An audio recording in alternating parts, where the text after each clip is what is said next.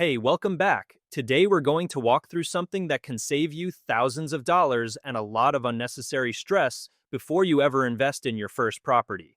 This video is going to cover the essential checks every beginner should make before committing to a single-family home, a duplex, or a condo. These property types look simple on the surface, but each one works differently, builds equity differently, and carries its own risks if you don't understand the money mechanics behind them. After more than 12 years in real estate and personal investing, I've learned that the most expensive mistakes are the quiet ones. The assumptions you don't verify, the numbers you don't check, the mechanics you don't understand. Your first purchase sets the tone for every deal you make afterward. A good foundation keeps you safe. A rushed or misinformed decision becomes an expensive lesson. So in this session, I'll take you through the same factors I personally review before committing to any property, from cash flow and pity to escrow, equity, and long-term exit strategy. Here's what I check before putting a dollar into any residential property. Choose your property type wisely. I always start by clarifying the property type because a single-family home, a duplex, and a condo behave like three fundamentally different investments.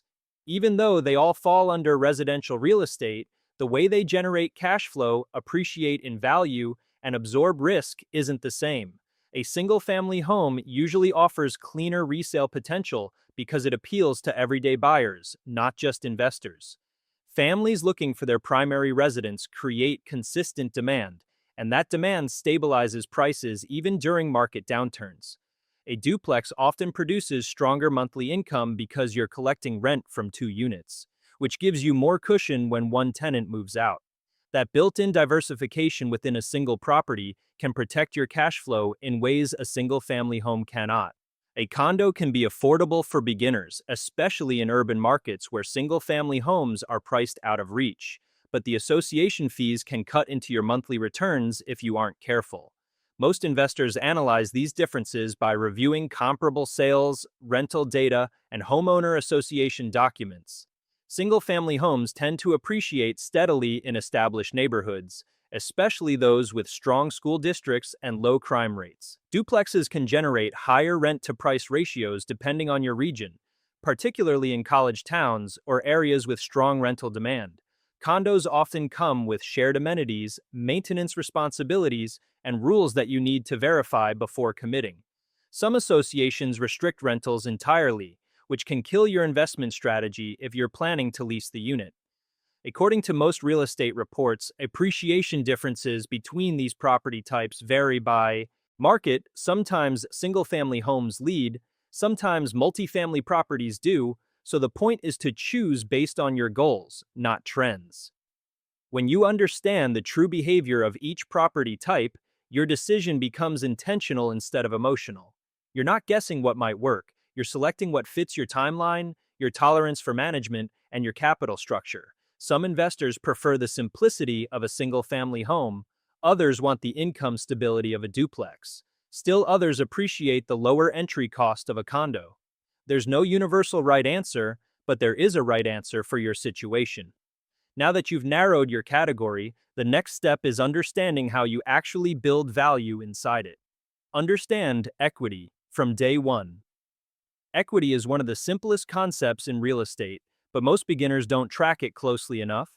Equity is the difference between what the property's worth and what you owe on your mortgage. Every time the market value increases or your loan balance decreases, your equity changes.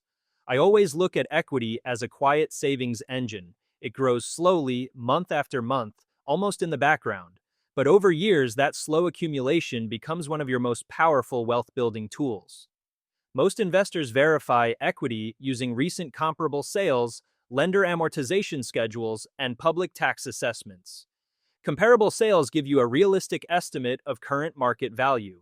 Amortization schedules show you exactly how much principal you're paying down each month.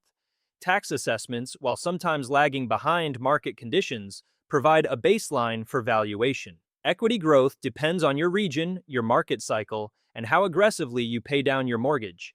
A typical homeowner might build a few $1,000s a year just through loan paydown alone, depending on their interest rate and amortization structure. When appreciation aligns with that, Even at a modest rate of 2 to 4%, depending on your area, equity starts to compound faster. Some investors focus heavily on appreciation and ignore the steady paydown happening every month.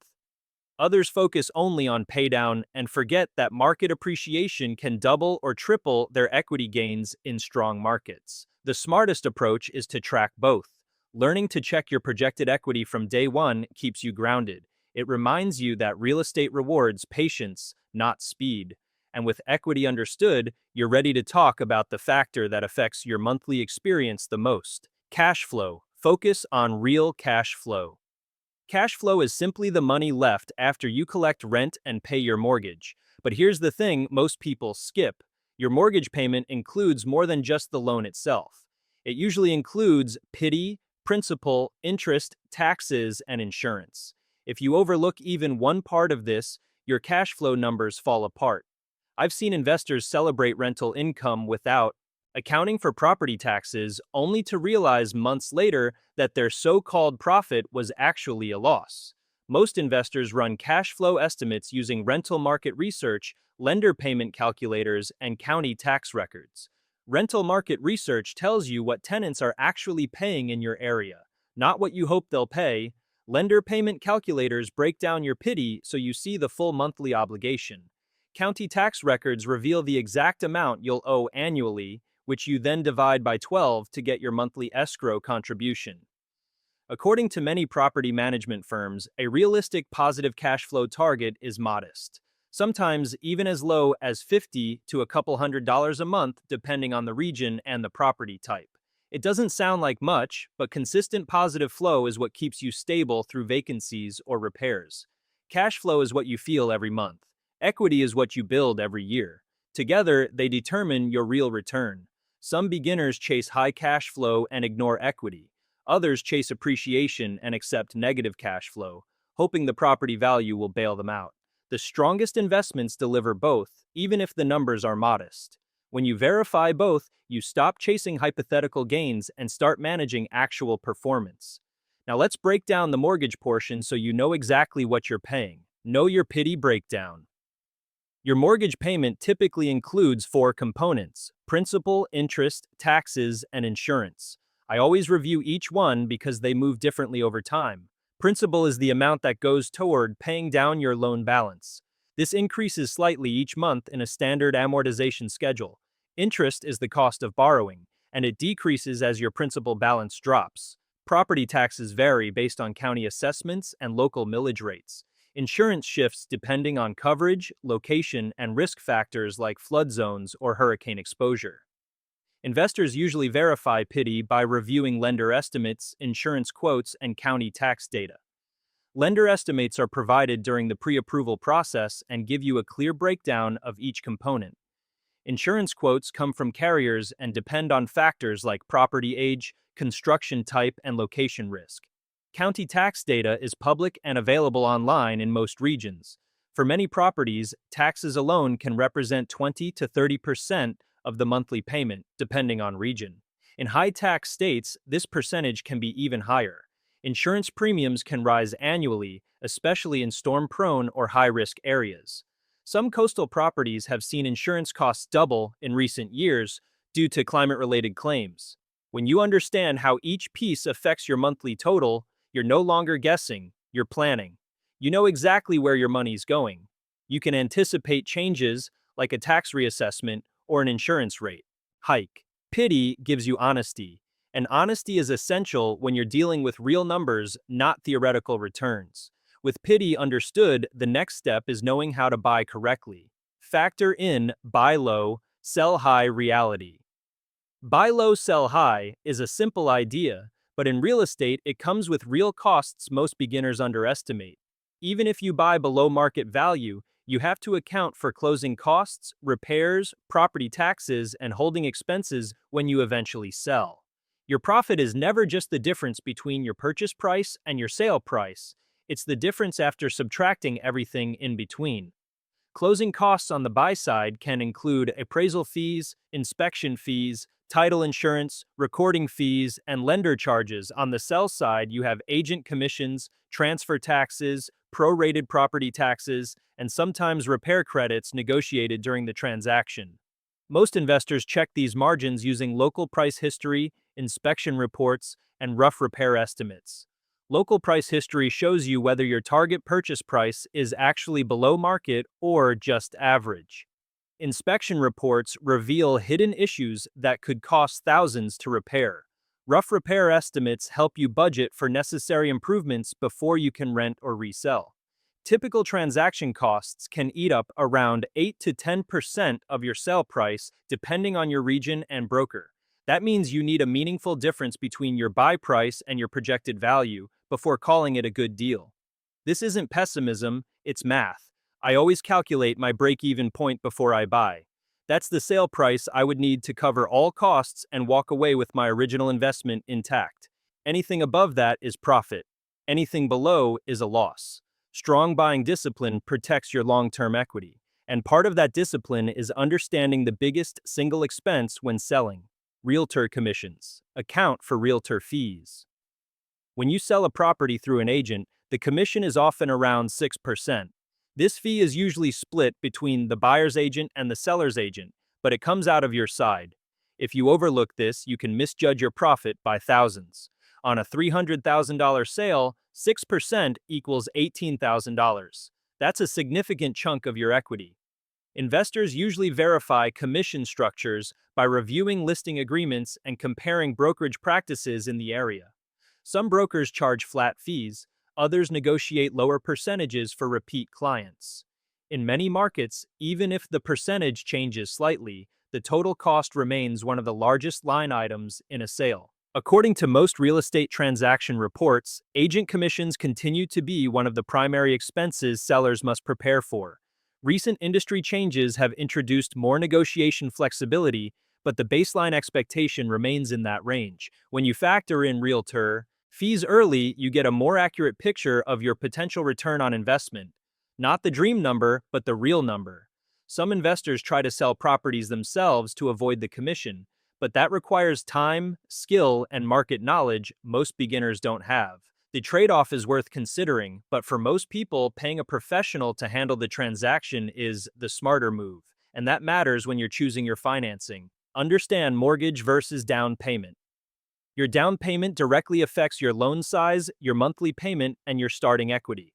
I always tell beginners to consider these three relationships at once. A higher down payment reduces your loan amount and can lower your interest rate depending on the lender.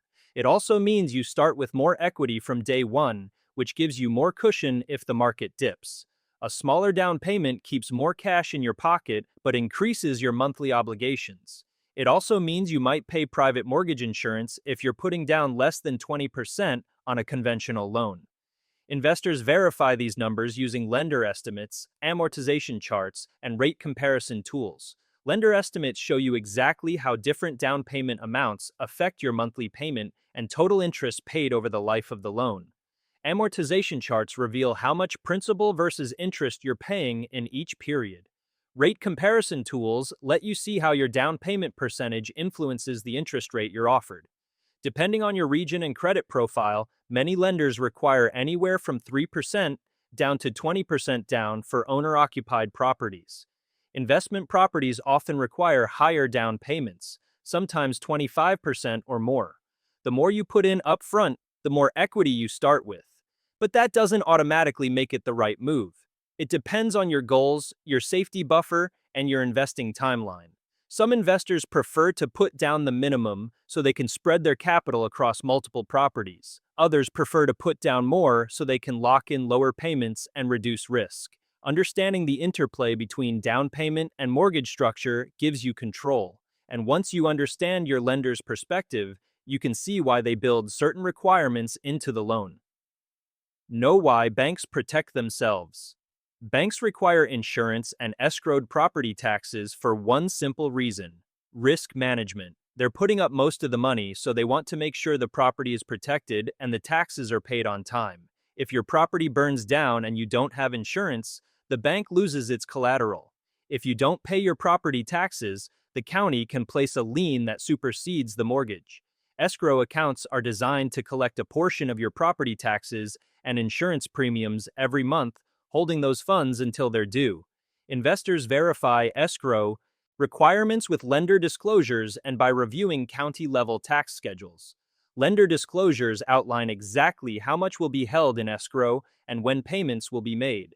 County tax schedules show you when taxes are due and whether they're paid annually, semi-annually, or quarterly. Insurance protects the lender's collateral, and escrow protects both parties from tax penalties. According to mortgage industry guidelines, escrow accounts are standard for most loans unless the down payment or credit profile allows for exceptions. Some lenders waive escrow requirements if you put down 25% or more, but they often charge a small fee for that privilege. When you understand why lenders require these safeguards, monthly mortgage statements become easier to understand. You see the breakdown clearly: principal and interest going to the lender, taxes and insurance going into escrow. It's all transparent. And with the lender's perspective in mind, you're ready to run your own numbers more conservatively. Run conservative cash flow numbers. I always recommend running your cash flow using conservative assumptions, not perfect assumptions.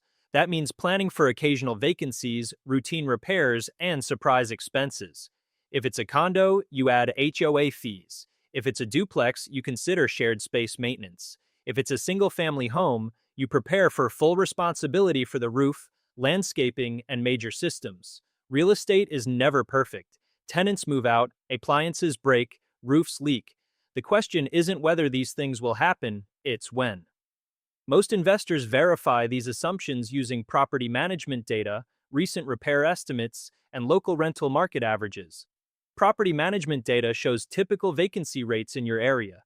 Recent repair estimates give you a baseline for common fixes like HVAC repairs, plumbing issues, or roof patches. Local rental market averages tell you what tenants are actually paying and how long units typically sit vacant between leases. Depending on your region, a common rule of thumb is to assume around 5% vacancy and around 5 to 10% maintenance costs annually. None of these numbers are exact, but they give you realistic margins. Some investors assume zero vacancy and zero repairs because they want the numbers to look better. That's optimism, not planning. Running conservative numbers gives you breathing room. It means you're prepared when reality doesn't match the spreadsheet. And that matters when you're evaluating long-term appreciation. Compare appreciation patterns. Different property types appreciate differently. Single-family homes often follow general neighborhood trends because owner-occupants drive demand. When families want to live in an area, prices rise steadily. Duplexes can appreciate well when rental demand is strong, but may lag during slow markets. Investors care more about income than location, so duplex prices are more sensitive to cap rates and rent levels. Condos depend more on the strength of the association, amenities, and regional development. A well-managed condo building in a growing urban area can appreciate quickly. A poorly managed building in a declining area can lose value even when surrounding properties gain. Investors compare appreciation using historical sales data, regional price indexes, and reports from local real estate boards. Historical sales data shows you how each property type has performed over the past 5, 10, or 20 years. Regional price indexes track broader trends and help you understand whether your market is growing, stable, or declining. Reports from local real estate boards provide granular data on sales volume, median prices, and days on market. According to long-term housing market studies, appreciation rates vary widely depending on urban density, job growth, and local economic conditions. Markets with strong employment and population growth tend to appreciate faster. Markets with declining populations or weak job markets tend to stagnate or decline. That's why I prefer to look at 5 to 10-year trends instead of year-to-year spikes. Understanding appreciation patterns prevents misaligned expectations. If you're buying a condo expecting single-family home appreciation, you're setting yourself up for disappointment. If you're buying a duplex in a slow market expecting quick gains, you'll be frustrated. Match your expectations to the data. And once you see how values move, you're ready to look at the ongoing costs that affect monthly performance. Check monthly HOA or maintenance costs. HOA fees can significantly affect cash flow. Condos almost always have them, and some duplexes do too. These fees cover shared spaces, building maintenance, landscaping, and sometimes utilities. In some buildings, HOA fees include water, sewer, trash, and even cable or internet. In others, they cover only exterior maintenance and insurance. But the number most beginners overlook is special assessments, extra charges imposed for repairs or upgrades. A special assessment can run several $1,000s per unit and come with little warning. Investors verify HOA reliability by reviewing association budgets, meeting minutes, and reserve fund disclosures. Association budgets show you where the money is going and whether fees are likely to increase. Meeting minutes reveal any ongoing disputes, deferred maintenance, or upcoming projects. Reserve fund disclosures tell you whether the association has enough money set aside for major repairs or whether a special assessment is likely. A strong HOA has consistent reserves, predictable fees, and well-maintained records. According to most condo market analyses, HOA fees can range from modest to significant depending on building age, amenities, and region. Newer buildings with extensive amenities often have higher fees. Older buildings with deferred maintenance may have lower fees now, but higher risk of special assessments later. Maintenance costs are just as important for non-HOA properties. A roof replacement can cost $10,000 or more depending on size and materials. HVAC failure can run $3,000 to $5,000 depending on the system. Plumbing issues can range from a few hundred for a simple fix to several thousand for a full repipe. Knowing these costs keeps your expectations grounded, and that brings us to planning your exit. Plan your exit strategy early. I always choose an exit strategy before I buy. That means deciding whether you plan to sell, refinance, rent long-term, or eventually move into the property. Single-family homes often offer the cleanest exit because they appeal to both investors and families. You have a broad buyer pool when it's time to sell. Duplexes attract income-focused buyers, which narrows your pool but often means faster transactions because the buyers are sophisticated and understand the numbers. Condos depend heavily on association strength, rental rules, and market conditions. Some condo associations restrict rentals or require owner occupancy, which can limit your options. Investors plan exits using local resale trends, rent control regulations, lender refinancing criteria, and personal financial goals. Local resale trends show you how quickly properties are selling and whether prices are stable, rising, or falling. Rent control regulations affect your ability to raise rents and maximize income, which impacts resale value. Lender refinancing criteria determine whether you can pull equity out later without selling. Personal financial goals guide whether you need liquidity soon or can hold long-term. According to most real estate reports, properties with flexible exit paths tend to outperform those with strict usage restrictions. That's why I look at rental caps, HOA rules, and financing eligibility early in the process. Your exit path shapes your entire investment timeline. If you're planning to sell in 3 to 5 years, you need strong appreciation potential. If you're planning to hold for 20 years, cash flow and stability matter more. And once you understand your path, you're thinking like a long-term investor. Final reflection.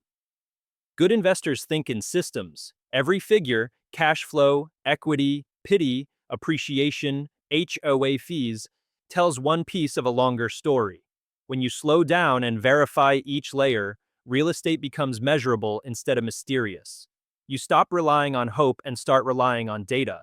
You stop guessing and start confirming. And when you build your decisions on clarity and quiet discipline, you put yourself in a position to grow consistently, not recklessly. The market will always have noise. Headlines about crashes, booms, hot neighborhoods, and risky deals. But the fundamentals don't change. Cash flow matters, equity builds, maintenance costs are real. Exit strategies determine outcomes. The strongest portfolios aren't built in excitement, they're built in confirmation. Every number, every note is a piece of a longer story, steady, patient, and true.